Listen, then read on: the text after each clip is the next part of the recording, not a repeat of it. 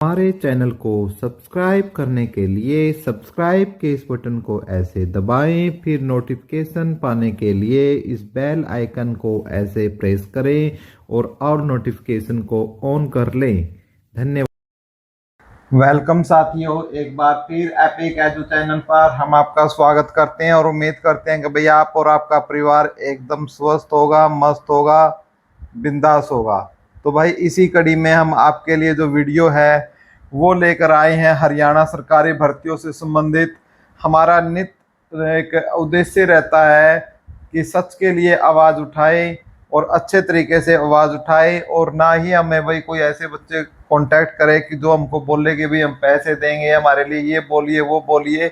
तो हम बिल्कुल भी हम ऐसा नहीं करेंगे। यही हमारे चैनल की प्राथमिकता है कि एकदम सच न्यूज़, और चाहे उसमें आप कमेंट में हमें गालियां दो या हमें शाबाशी दो, उससे हमारा कोई फर्क नहीं पड़ता।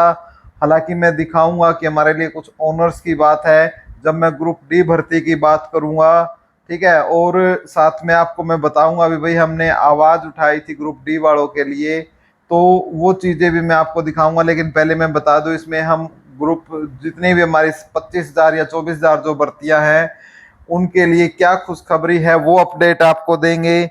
भर्तियां कब तक ज्वाइनिंग आपकी हो जाएगी उसकी भी हम चर्चा करेंगे।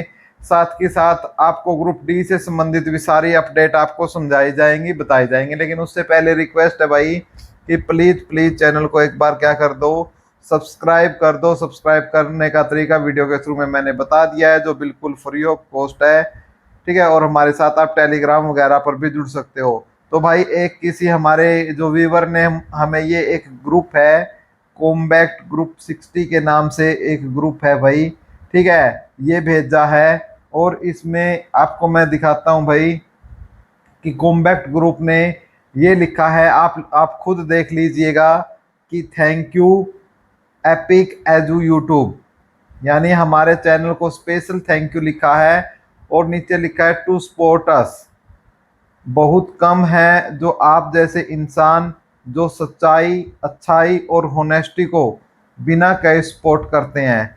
तो भाई इस प्रकार के कमेंट भी आते हैं, लेकिन कुछ लोग ऐसे होते हैं भाई इसके बावजूद भी कमेंट बॉक्स में कुछ गलत मर्यादा, अपने माँ बाप का रिस्पेक्ट बिना देखे वो यहाँ पर कमेंट भी कर देते हैं। विरोध की भी एक भाषा होती है, जैसे यहाँ पर ये एक प्रशंसा की एक भाषा है, ऐसे ही विरोध की भी एक भाषा होती है जिसको हम विरोधाभासी बोलते हैं। तो उसको एक शब्द की मर्यादाओं में आकर कमेंट कर सकते हो यदि आपको हमारे द्वारा कोई जानकारी पसंद नहीं आती है तो भाई पहले तो मैं जो कॉम्बैक्ट ग्रुप डी का है, जो अपने मेंबर्स के सामने ये ऐसी हमारी चैनल के बारे में लिखा है, इनको कोटि कोटि धन्यवाद। आगे भाई हम बात करेंगे कि ग्रुप 56 और 57 के बारे में और जेई भर्ती के बारे में थोड़ा सा मैं आपको इसमें अपडेट दे देता। तो भाई जैसा कि आप सबको ही पता है कि कल जो हरियाणा की जो भर्तियां थी, ठीक है, चाहे ग्रुप 1 हो, चाहे ग्रुप 2 हो, चाहे 56, चाहे 57 या हरियाणा पुलिस, ठीक है, या आपकी ग्रुप डी, तो ये विद्यार्थी, ये जो लगभग आपकी 24,000 25,000 जो भर्तियां बन रही हैं, ये जो अभ्यर्थी थे भाई कल बड़ी संख्या में दिल्ली पहुंचे। और दिल्ली पहुंचने का मकसद एक ही था भाई, ज्वाइनिंग लेटर लेके आना। लेकिन क्या सीधा डायरेक्ट जाते ही दिल्ली ज्वाइनिंग लेटर था? लेकिन ऐसा नहीं था भाई। दिल्ली ये मिले भूपेंद्र सिंह हुड्डा जी के बेटे दीपेंद्र हुड्डा से, ठीक है, दीपेंद्र हुड्डा से ये मिले और वहां जाकर इन्होंने अपनी मांग रखी। और खास बात है भाई, बहुत बड़ी संख्या में विद्यार्थी कल दिल्ली में जो भूपेंद्र सिंह हुड्डा और जो दीपेंद्र हुड्डा की कोठी है वहां पर पहुंचे थे, बहुत बड़ी संख्या में। और भाई दीपेंद्र हुड्डा ने उनसे बहुत ही अच्छे तरीके से बात भी की है, और जो उन्होंने ज्ञापन दिया है उस ज्ञापन को भी लिया है। और उस ज्ञापन में हम आपको एक एक बात आपको बताएंगे कि क्या उसके अंदर बातें जो दीपेंद्र सिंह हुड्डा के साथ हुई है। तो भाई जो ग्रुप 56 और 57 के लिए तो कुछ बातें तो जो हुई वो ये हुई भाई कि जो ग्रुप 56 57 और 1 2 है उनके लिए विशेष तौर से कल बातें हुई। और जो पुलिस भर्ती है जो भी भर्ती इस सीईटी के द्वारा हुई है, जिसका अभी रिजल्ट जारी नहीं हुआ है, उन सभी को पहली कलम से ज्वाइनिंग दी जाएगी। इनमें से किसी भी भर्ती को कैंसिल ना कर कर पहली कलम से ज्वाइनिंग दी जाएगी। ये दीपेंद्र सिंह हुड्डा जी ने बोला है भाई। ठीक है, तो बहुत ही बड़ी न्यूज़ है आप सबके लिए जो एग्जाम दे चुके हो। बहुत ही एक बड़ी अपडेट, यानी पहली कलम के साथ आपको ज्वाइनिंग, यानी सरकार बनते ही आपको ज्वाइनिंग दी जाएगी। जो भर्ती रोकने के मंसूबे लिए हुए थे, भर्ती कैंसिल हो जाएगी, उन पर एमपी साहब का स्पष्ट संदेश था कि ग्रुप 56, 57, 1, 2 और हरियाणा पुलिस की भर्ती को हर हाल में ज्वाइनिंग दी जाएगी और अगला सीईटी क्वालिफाई किया जाएगा। हर 6 महीने में सीईटी लिया जाएगा। बहुत जल्दी अमर डांगी और टीम और नवीन जय हिंद जी के साथ इन भर्तियों की ज्वाइनिंग पर एमपी साहब जॉइंट प्रेस कॉन्फ्रेंस करेंगे। ठीक है, एमपी साहब बहुत जल्दी इलेक्शन कमीशन ऑफ इंडिया से सार्वजनिक अपील करेंगे कि सीट ग्रुप 56, 57 और पुलिस का रिजल्ट निकाला जाए और इस बीजेपी सरकार को किसी भी तरीके का बहाना नहीं दिया जाएगा। हम सभी जगह अपील करेंगे ईसीआई से कि जल्दी से जल्दी इन बच्चों को ज्वाइनिंग दे।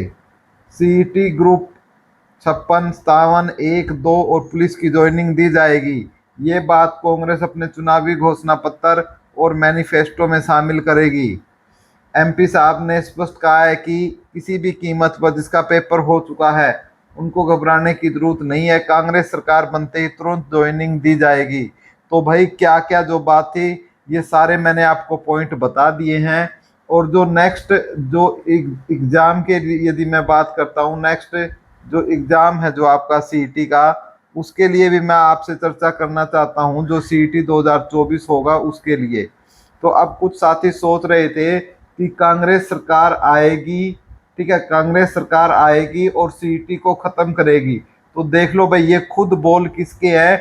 दीपेंद्र हुड्डा जी के हैं कि सीईटी 2024 में उन्होंने बोला है कि एक तो उन्होंने बोला है कि सीईटी को क्या करेंगे, क्वालिफाई करेंगे। ठीक है, दूसरा उन्होंने ये बोला है कि हर 6 महीने में आपका क्या होगा, जो सीईटी है वो होगा। ये खुद बात दीपेंद्र सिंह हुड्डा, यानी जो दीपेंद्र हुड्डा है, जो भावी आप ये भी बोल सकते हो यदि कांग्रेस जीतती है तो सीएम भी हो सकते हैं हरियाणा के।